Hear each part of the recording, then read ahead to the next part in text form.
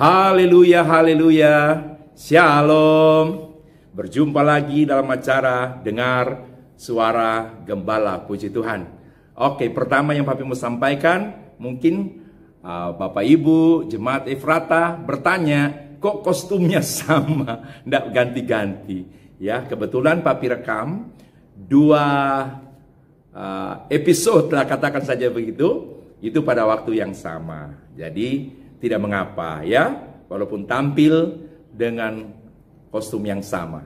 Yang penting materinya yang berbeda. Puji Tuhan. Baik, saat pagi hari ini Papi akan berbicara tentang hidup dalam sukacita dan damai sejahtera Tuhan. Puji Tuhan ya, hidup dalam sukacita dan damai sejahtera Tuhan. Hal ini perlu bagi kita, khususnya saat-saat ini, di mana kita banyak menyaksikan, Papi berharap bukan kita orangnya, wajah-wajah yang tidak ada lagi sukacita.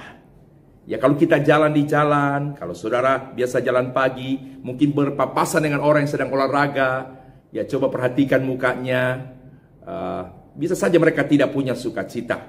Jelasnya bahwa di luar Tuhan memang tidak ada sukacita seperti yang kita miliki. Sekarang mungkin sudah ditutup dengan masker, jadi untuk mengetahui persis sukacita apa tidak memang tidak bisa begitu jelas. Tetapi Papi bisa yakinkan bahwa hanya orang yang memiliki Tuhanlah di dalam hidupnya yang selalu bersukacita. Puji Tuhan. Papi baca sebuah ayat yang jadi dasar bagi kita dalam Suara Gembala pada hari ini.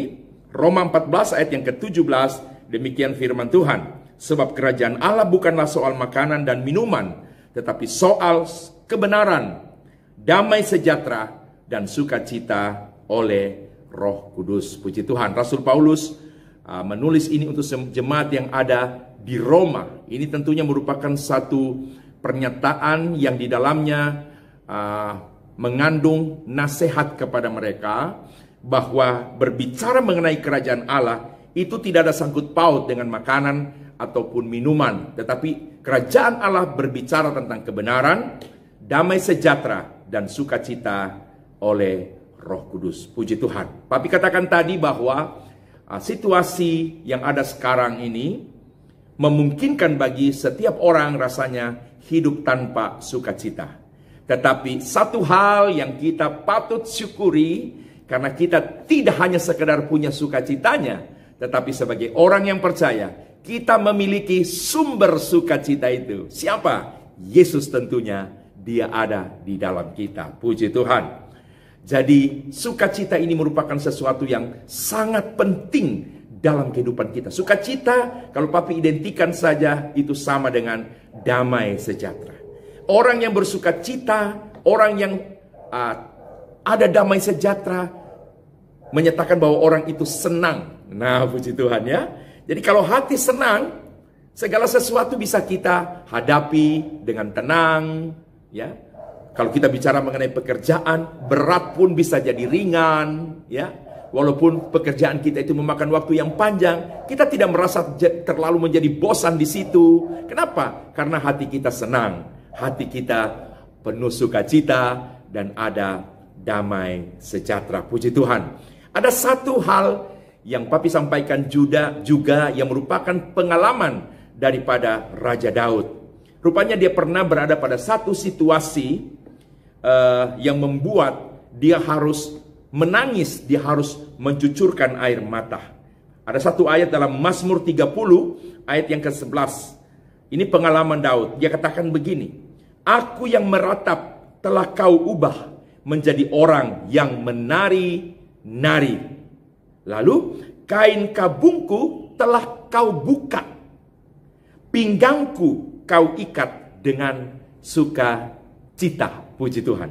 Rupanya menjadi orang percaya bukan berarti sama sekali kita tidak mengalami yang namanya rasa susah, rasa duka cita, bisa saja ada. Tetapi tentunya ada yang menjadi perbedaan antara kita dengan orang yang ada di luar sana. Mereka yang tidak percaya Yesus, ya. Bagi mereka, Papi katakan duka cita itu mutlak ya, ada pada mereka. Nah, kita punya sukacita, punya damai sejahtera yang bersumber dari Allah. Dan luar biasa sekali kekuatan daripada sukacita dan damai sejahtera yang dari Tuhan itu. Kenapa Papi katakan luar biasa bahwa sukacita dan damai sejahtera itu merupakan suatu kekuatan? Karena ternyata di sini dikatakan, aku yang meratap telah kau ubah menjadi orang yang menari-nari. Puji Tuhan. Tidak ada yang bisa mengalahkan susah selain senang. Tidak ada yang bisa mengalahkan duka selain suka.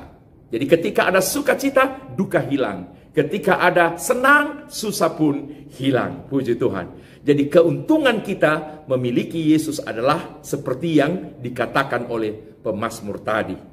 Aku yang meratap, ya, engkau ubah katanya menjadi orang yang menari-nari. Kain kabungku telah kau buka, pinggangku telah kau ikat dengan sukacita. Biarlah kiranya situasi yang ada, kondisi yang ada saat ini tidak membuat kita menjadi orang-orang seperti mereka yang kita tahu, yang tidak punya Tuhan. Tapi kita selalu mengingat bahwa kita punya Tuhan yang adalah sumber sukacita, yang adalah sumber damai sejahtera. Ingat, Yesus pernah berkata di dalam Yohanes 14 ayat 27 kalau tidak salah. Dia berkata begini, damai sejahteraku kutinggalkan bagimu, damai sejahteraku kuberikan kepadamu. Baru dia katakan di bagian akhir, apa yang kuberikan tidak seperti yang dunia berikan. Nah, apa yang dimaksudkan apa yang kuberikan tidak seperti yang dunia berikan? Kalau damai sejahtera yang bersumber dari dunia itu mengikuti keadaan, mengikuti situasi. Kata orang di tanggal muda ada damai, ada sukacita. Kalau pertengahan bulan masih ada, tapi tinggal separuh. Nah, kalau sudah di akhir bulan, sukacita dan damai sejahteranya hilang. Tetapi tidak demikian dengan kita orang yang percaya. Mau di awal bulan kita punya sukacita, punya damai sejahtera. Di pertengahan bulan takarannya tetap sama. Sampai akhir bulan kita tetap sukacita dan punya damai sejahtera. Kenapa? Tidak hanya damai sejahtera saja. Karena yang namanya anak Tuhan, kita diberkati tidak hanya di awal bulan. Mau di tanggal berapapun, kita pasti diberkati oleh Tuhan. Katakan amin. Haleluya. Jadi marilah kita mau hidup dalam sukacita dan damai sejahtera daripada Allah. Firman Tuhan berkata oleh Roh Kudus. Jadi Yesus hadir dalam kita melalui pribadi ketiga dari Allah Tritunggal itu Roh Kudus. Dan Roh Kudus itulah yang akan mengerjakan sukacita dan damai sejahtera di dalam hidup setiap kita. Haleluya. Puji Tuhan.